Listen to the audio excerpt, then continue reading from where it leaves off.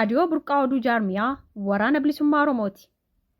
Raadiyoon burqaa oduu jaarmiyaa waraana bilisummaa Oromoo torbanitti guyyaa 3 jechuunis gaafa kibxataa, jimaataa fi dilbata akka lakkoofsa Oromiyaatti sa'aatii 6 PM yookiin akka lakkoofsa Westerniitti sa'aa 12 PM'tti tamsaasa kallattiin waan isin biraan geenyuuf ilmaan Oromoo addunyaa mara keessa jirtan akka nu hordoftan kabajaan isin gaafanna. Kana malees tamsaasa kallattii keenyaan alatti karaa toora yuutuubii eejansii tajaajila burqaa oduu jaarmiyaa waraana bilisummaa Oromootiinis nu argachuu dandeessu. Eejansii burqaa oduu jaarmiyaa waraana bilisummaa Oromoorraa.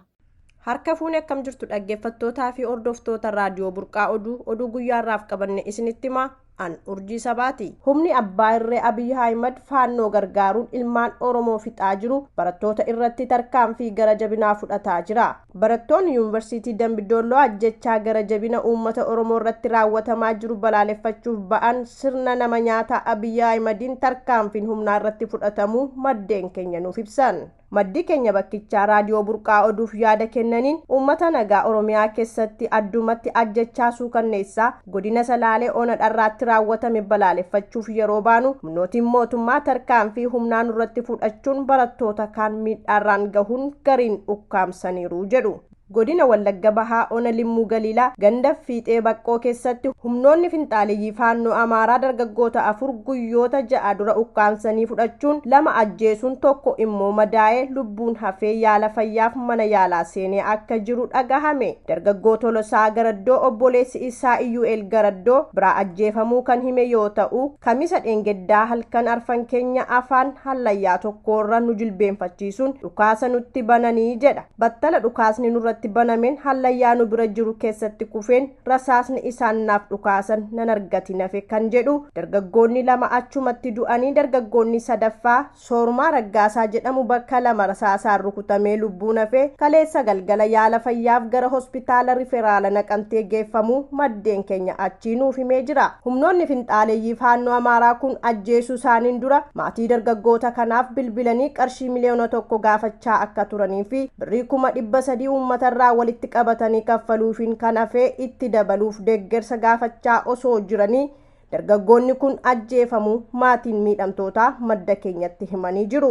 Godina Arsii Ona Sirkaatti humnoonni mootummaa rakkoo guddaa uummatarraan gahaa jiraachuu jiraattonni himan. Sadaasa 13 bara 2024 hanga sadaasa 22 bara 2024tti waraanni mootummaa guyyaa guyyaan gochoota mana hawaasaa gubuu qabeenya jalaa saamuu fi hawaasa nagayyaa jumlaan buqqisuu raawwatee jedhani jiraattonni maddeen keenya achii dubbisan. Haaluma kanaan maqaan namoota miidhaa kanaaf saaxilamanii namoonni manni qabeenya guutuu waliin jalaa gubame tokko Jamaal Haajii Abdurroo Huseen mana 2, Ahimad Jamaal Abdurroo mana 1, Amaan Haajii Sirkoo mana 1, Diinuu Amaan Haajii Sirkoo mana 1, Mustafaa Sayidaa mana 1 ta'uun beekamee jira. Sababa kanaan jiraattonni qe'eef qabeenya isaaniirraa buqqifamanii jiraachuunis beekamee jira. Erga wal waraansi waraana mootummaa fi waraana bilisummaa Oromoo gidduutti Arsii Bahaa Ona Sirkaa gandoota Soojjii Sadee, Waajjiraa Phaasaa, Biduu Baalaa, Biduu Hulul, Gaallabee Hulul, Gaallabee Amajaa, Heellaa Gaallabee, Elellee Wallaanaa, Heellaa Gaallabee Gooroo, Heellaa Makaanaa, Gallee Baabboo, Heellaa Zambaabaa, Heellaa Xareetaa, Magaalaa Xareetaa, Gaallabee Buusaa, Birboo fi Collee jedhamanitti rakkoon kun erga eegalee waggaa tokko guutus qaamni nageenyaa uummata kana kabachiisu akka hin jirre jiraattonni ni dubbatu. Godinaalee Salaalee Ona Dharraa keessatti gareen faannoo Darraa ofiin jedhu milishoonni mootummaan hidhachiisee fi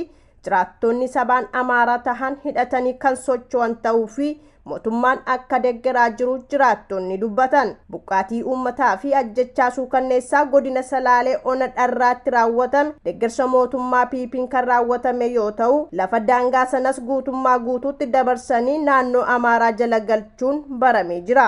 Gareen faannoo Darraa ofiin jedhu uummata Oromoo Onicha keessa jiraatu haleeluun buqqisuu fi ajjeesuu bira darbee akka horiitti ciibsanii qaluun tuffii guddaa ta'uu fi uummanni qaama isaaf dubbatu dhabuun iddoo mana amantaa fi bosonatti baqatanii akka jiran maddeen keenya achi nuuf himanii jiru. Innumaayyuu uummata rakkoof saaxilaman kana gochi kun soba jedhaati hiriira bahaa jechuun humnaan hiriira baasuu fi namoota suurri isaanii miidiyaa hawaasaa irra deemaa ture mana hidhaatti guuraa jiraachuun beekamee jira. Kanneen hidhaman keessaa Ahimad Mahammad, Suleymaan Bashiree, Ahimad Muhee, Awwaluu Ayyaalee, dubartoota hidhaman Alamiyyee Ahimad daa'ima baatii, Zeenuu Nuuruu haadha daa'imaa, Shawaay Ahmaduu haadha daa'imaa, Huwwee Geetaachoo haadha daa'imaa, Saadaa Muhammad haadha daa'imaa, Laayilaa Mustafaa ulfa da'umsa jala geesse, Aslaas Miliiluu dubara waggaa 12 fi namni Kadir Waliyyuu jedhamu kan viidiyoon miidiyaa irra tamsa'e irratti qalahaa meeshaa waraanaa gurguddaa qabatee mul'atu tokko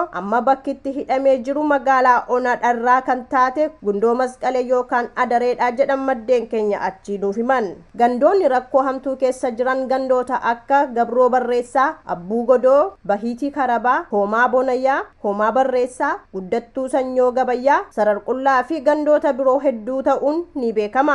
Uummannis waraanni bilisummaa Oromoo hidhannoo isaa akka irraa hin hiiknee fi gareen faannoo jedhee of waamu miidhaarraan geessisaa jiraachuu cimsanii himachaa turuu ibseera. Itti dabaluudhaanis abdiin uummata Oromoo waboo qofaa waan ta'eef waboonis gumaa isaanii dachaan akka deebisuu qabu dhaammatanii jiru.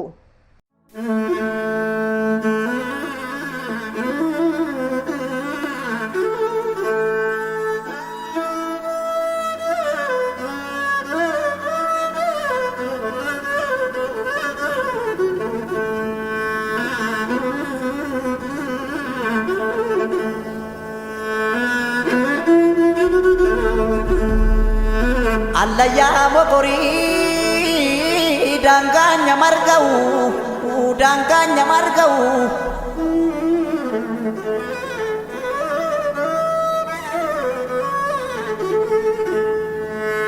obsusna pintane densusna pintane roroni namate nambaran tau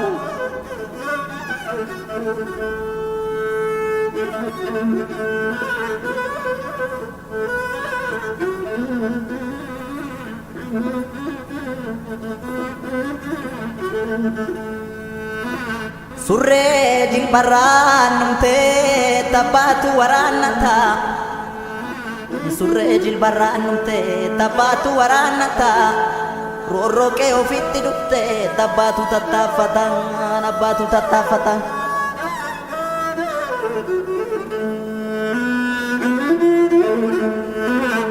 Yoo yartuu nama nyaartee maal saataan ilaalu nyaara dhoowwatu malee.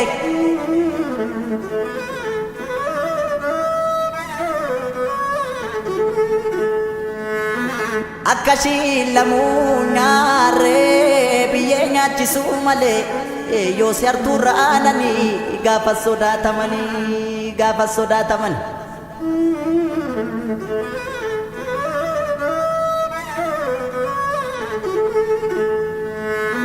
Randagama motobiin bajjii baqaqsuu kooti. Randagama motobiin bajjii baqaqsuu kooti. Shira yartuun dadhabee eqee godaanuu kooti.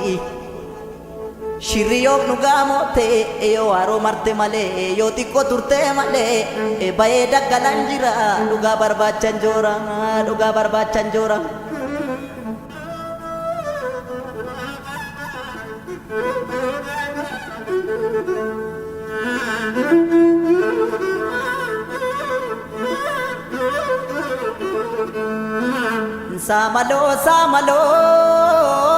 Samaloo ni baati yoo makkana tabti.